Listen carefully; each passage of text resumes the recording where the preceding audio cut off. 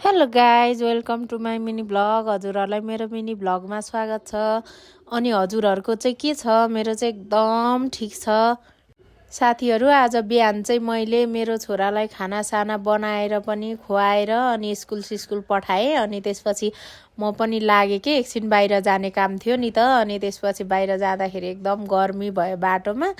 अनि त्यसपछि हामी चाहिँ यहाँनिर शीतलमा बसिरहेछौँ क्या साथी र म।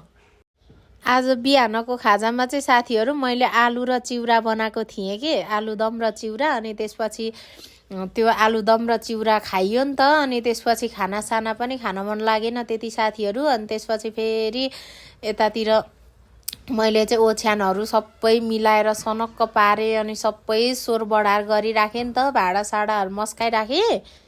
अनि फेरि तरकारीहरू लिन जानुपर्ने थियो कि साथीहरू। म चाहिँ पर्तिरतिर तरकारीहरू लिन गएँ होइन। अनि त्यसपछि तरकारी पसलमा हो म चाहिँ।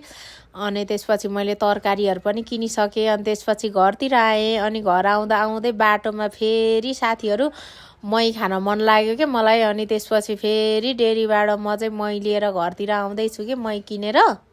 मै भनेपछि त साथीहरू आजकल गर्मीमा त कस्तो मिठो लागेको कि मलाई। अनि त्यसपछि फेरि हामी आउँदा आउँदै अर्को साथी पनि बाटोमा भेटियो कि। अनि त्यसपछि हामी चाहिँ अनि तिनजना भएर घरतिर आइयो।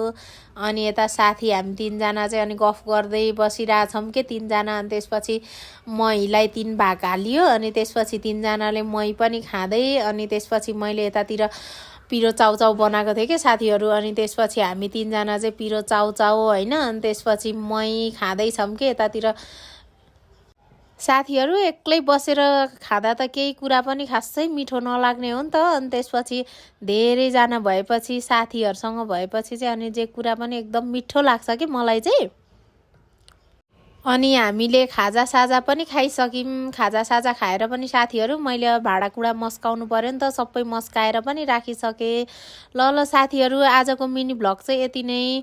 हजुरहरूलाई मेरो मिनी भ्लग कस्तो लाग्छ? मन पर्यो भने लाइक, कमेन्ट, सेयर, सब्सक्राइब पनि गरिदिनु। Thank you for watching. Bye by.